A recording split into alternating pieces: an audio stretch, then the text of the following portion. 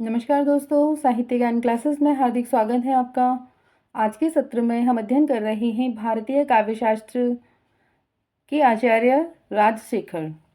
राजशेखर का परिचय, संक्षिप्त परिचय, इनके ग्रंथ का परिचय, प्रमुख सिद्धांत, हिंदी साहित्य से संबंधित जो भी परीक्षाएं होती हैं उन परीक्षाओं में भारतीय काव्यशास्त्र से प्रश्न अवश्य आते हैं, जिसमें आचार्य भामह, रुद्र, दंडी, राजशेखर, कुंतक, आनंदवर्धन, ये सभी जो आचार्य हैं, इन आचार्यों का जन्म स्थान से प्रश्न, समय क्या है और प्रमुख ग्रंथ और काव्य पंक्तियां, ये बहुत महत्वपूर्ण हैं।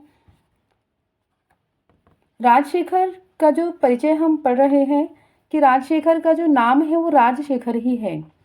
समय 9वीं शताब्दी का उत्तरार्ध, जन्म स्थान है इनका विदर्भ, पिता दुद्रुक, ग्रंथ काव्य मीमांसा, कर्पूर मंजरी, विद्व शाल भंजिका, बाल भारत या प्रचंड महाभारत। तो इनके ग्रंथ हैं काव्य मीमांसा महत्वपूर्ण, कर्पूर मंजरी, ये दो तो बहुत ही महत्वपूर्ण हैं। बाल भारत से भी प्रश्न आते हैं।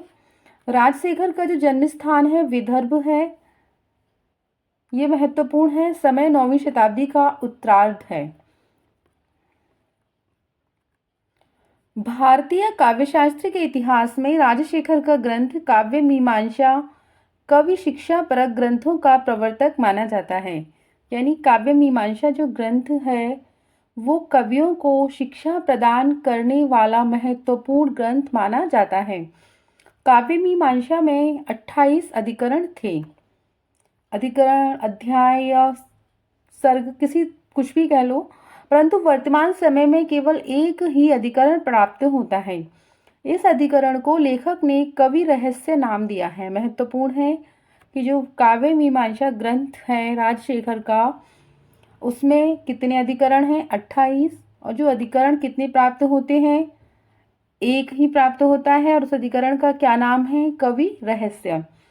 इस अधिकरण का कवि रहस्य नाम सार्थक ही है, क्योंकि इसमें कवियों के लिए उपयोगी समस्त सिद्धांतों का एक स्थान पर निरूपण किया गया है। पिता दुद्रुक एवं माता इनकी शीलवती थी। पिता का नाम दुद्रुक और माता का नाम शीलवती, किसकी? कवि राजशेखर के। राजशेखर प्रसिद्ध काव्यशास्त्री के साथ साथ कवि एवं नाटककार भी थे। यायावर कुलोत्पन्न, ये यायावरी भी कहे जाते हैं, यानी मस्त फक्कर यायावरी होते हैं व्यक्ति। चौहान वंशी क्षत्रिय कन्या अवंति सुंदरी, इनकी पत्नी का नाम है अवंति सुंदरी। इनकी पत्नी संस्कृत एवं प्राकृत की विदुषी थी। इनके मतों का उल्लेख राजशेखर ने काव्य मीमांसा में किया है। राजशेखर की पत्नी का नाम अवंति सुंदरी और वे संस्कृत एवं प्राकृत की प्रकांड विद्वान थीं। राजशेखर का समय 10वीं सदी का पूर्वार्ध या काव्य मीमांसा के अतिरिक्त इनके 4 नाटक लिखे गए हैं। बाल रामायण, बाल महाभारत, विदुशाल भंजिका और कर्पूर मंजरी, ये सट्टक है। इस प्रकार भी प्रश्न आता है कि कर्पूर मंजरी नाटक है या क्या है, तो ये सट्टक है। राजशेखर प्रतिहार वंशी कन्नौज नरेश महेंद्र पाल और उनके पुत्र के क्या थे? गुरु थे ये। राजशेखर की उज्ज्वल कीर्ति का आधार इनकी लब्ध प्रतिष्ठ रचना काव्य मीमांसा है। यह कवि शिक्षा से संबंधित उत्कृष्ट ग्रंथ है।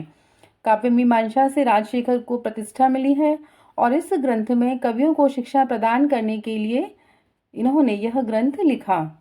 राजशेखर सरस्वती पुत्र को काव्य पुरुष कहते थे। राजशेखर ने आशु कविता लिखने वाले कवि को अविच्छेदी कवि कहा है। इन्होंने काव्य की 10 उपविधाएं मानी और काव्य रचना के 12 स्रोतों का उल्लेख किया। काव्य की कितनी विधाएं मानी है इन्होंने? 10। रचना के 12 स्रोतों का इन्होंने उल्लेख किया है। राजशेखर ने कवि की 7 अवस्थाओं का उल्लेख किया है। राजशेखर ने मागधी रीति की उद्भावना की, जो मगध में व्यवहृत होती है। मागधी रीति का है, मगध में प्रचलित होती है। तो आज के सत्र में इतना ही। महत्वपूर्ण राजशेखर का अध्ययन किया हमने। इनकी रचनाओं का, इनके ग्रंथ का, इनसे संबंधित महत्वपूर्ण तथ्य, इनके माता पिता कौन थे। तो ये प्रश्न भी हिंदी साहित्य से संबंधित परीक्षाओं में अवश्य आते हैं। अगर आपने चैनल सब्सक्राइब नहीं किया है, चैनल को सब्सक्राइब कीजिए, वीडियो को लाइक कीजिए, शेयर कीजिए, कमेंट्स कीजिए। धन्यवाद।